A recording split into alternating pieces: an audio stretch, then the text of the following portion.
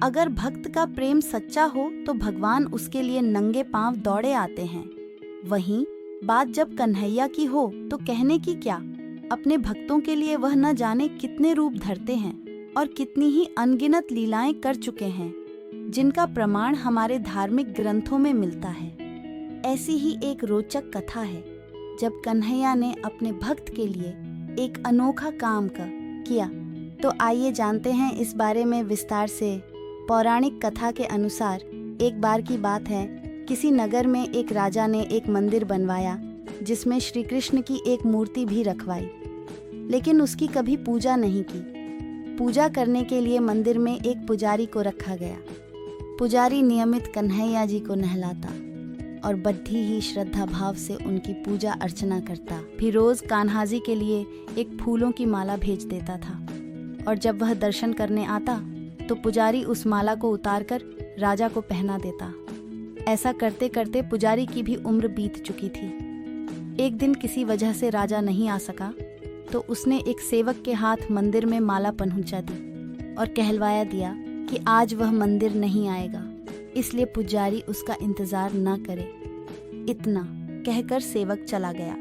पुजारी ने हमेशा की तरह कन्हैया जी को माला पहना दी, लेकिन जब शाम हुई तो पुजारी यह सोचने लगा, माला उतारकर किसे पहनाई जाए। उसने सोचा, क्यों ना ये माला आज मैं ही पहन लूं।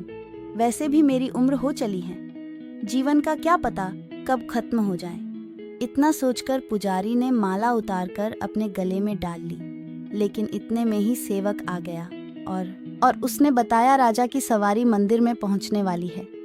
अगर आप भी जाने अनजाने बोल देते हैं, झूठ या करते हैं निंदा, तो सतर्क हो जाएं और यमराज से जुड़ा यह किस्सा जरूर पढ़ लें। राजा की सवारी आने की बात जब पुजारी ने सुनी तो वह डर गया। उसने सोचा कि अगर राजा ने उसे देख लिया तो वह तो मरवा ही डालेंगे। आनन फानन में पुजारी ने माला उतार कर वापस कन्हैया जी को पहना दी। जैसे ही राजा अंदर आया तो हमेशा की ही तरह पुजारी ने माला कान्हा जी के गले से उतारकर राजा को पहना दी। लेकिन माला पर लगा सफेद बाल देखकर राजा समझ गए कि पुजारी ने यह माला स्वयं ही पहनी थी। बस फिर क्या था। राजा क्रोधित हो उठे और उन्होंने गुस्से में पुजारी से पूछा कि माला पर सफेद बाल कहाँ से आया। तब राजा की बात सुनकर पुजारी डर गया और बोल पड़ा, ये तो कन्हैया जी का है। अब तो राजा और भी क्रोधित हो गए, क्योंकि कान्हा तो भगवान हैं और उनके बाल सफेद कैसे हो सकते हैं। इसीलिए राजा ने फरमान सुना डाला कि कल श्रृंगार के समय राजा खुद आएंगे और देखेंगे सच में ही कान्हा जी का सफेद बाल है या पुजारी झूठ बोल रहा है।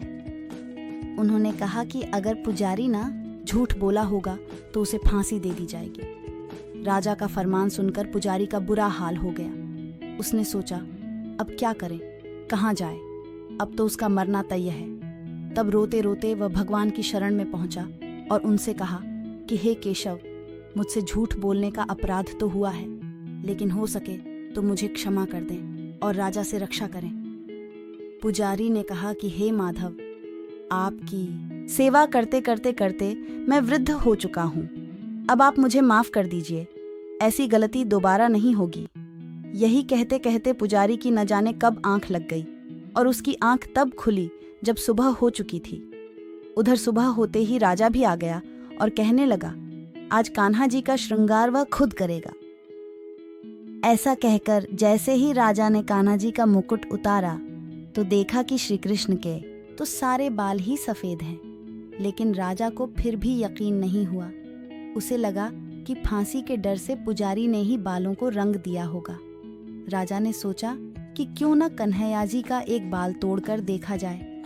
इसके बाद राजा ने कान्हा जी का एक बाल तोड़ लिया, लेकिन जैसे ही बाल टूटा, कन्हैया के सिर से खून की धारा बहने लगी। ये देखकर राजा भगवान के चरणों में गिरकर माफी मांगने लगा। तभी श्री कृष्ण की मूर्ति से आवाज आई, हे राजन, तुमने मुझे केवल मूर्ति मात्र ही समझा, इसलिए आज से मैं तुम्हारे लिए केवल मूर्ति मात्र ही रहूंगा। लेकिन पुजारी ने सच्चे मन और पूरी श्रद्धा से मेरी भक्ति की है, इसलिए उसकी अनन्य भक्ति को देखकर मुझे अपने बाल सफेद करने पड़े। कन्हैया जी ने कहा कि भक्ति में कभी भी संशय नहीं होना चाहिए और सच्चे भक्त की लाज तो मैं कभी जाने ही नहीं देता। कई बार लोग जाने अनजाने झूठ बोल ही देते हैं, लेकिन क्या आप जानते हैं कि झूठ चाहे जानबूझकर बोला जाए या फिर अनजाने में, इसका फल तो भोगना ही पड़ता है। हमारे धार्मिक ग्रंथों में भी इसका जिक्र मिलता है। ऐसी ही एक कथा है जिसमें यमराज जी ने स्वयं